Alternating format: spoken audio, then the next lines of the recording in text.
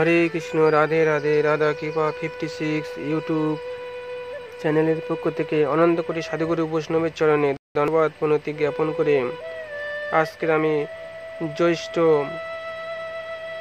কৃষ্ণপক্ষিয়া অপরা একাদশী ব্রত মাহাত্ম্য বলার প্রয়াস করব। তো আগামী 8ই জ্যৈষ্ঠ এবং ইংরাজি 23শে মে শুক্রবার অপরা একাদশী ব্রত পালিত হবে।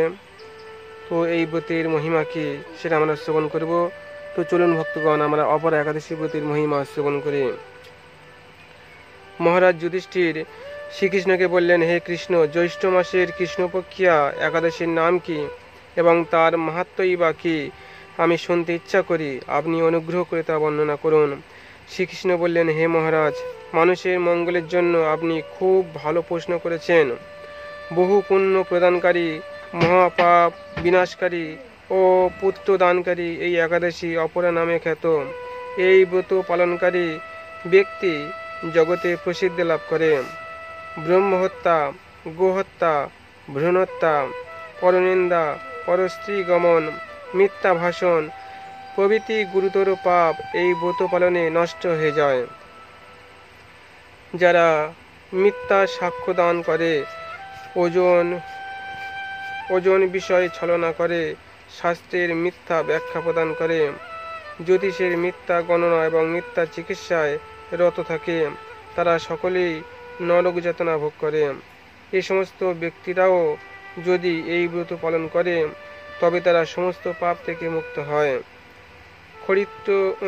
ক্ষত্রিয় যদি স্বধর্ম ত্যাগ করে যুদ্ধক্ষেত্র থেকে পালিয়ে যায় তবে সে ঘোরতর নরকগামী হয়, কিন্তু সেও এই ব্রত পালনে মুক্ত হয়ে স্বর্গগতি লাভ করে।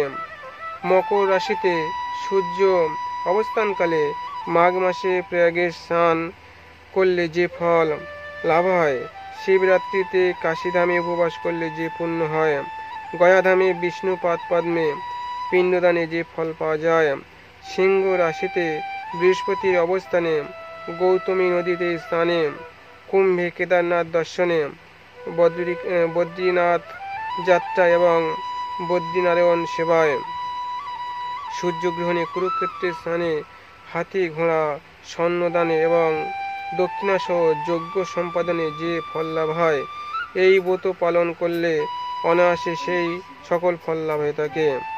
এই অপরা ব্রত পাপরূপ বৃক্ষের কুঠার স্বরূপ, পাপরূপ কাষ্ঠের দাবাগ্নির মতন, পাপরূপ অন্ধকারের সূর্য সদৃশ এবং পাপহস্তির সিংহ স্বরূপ।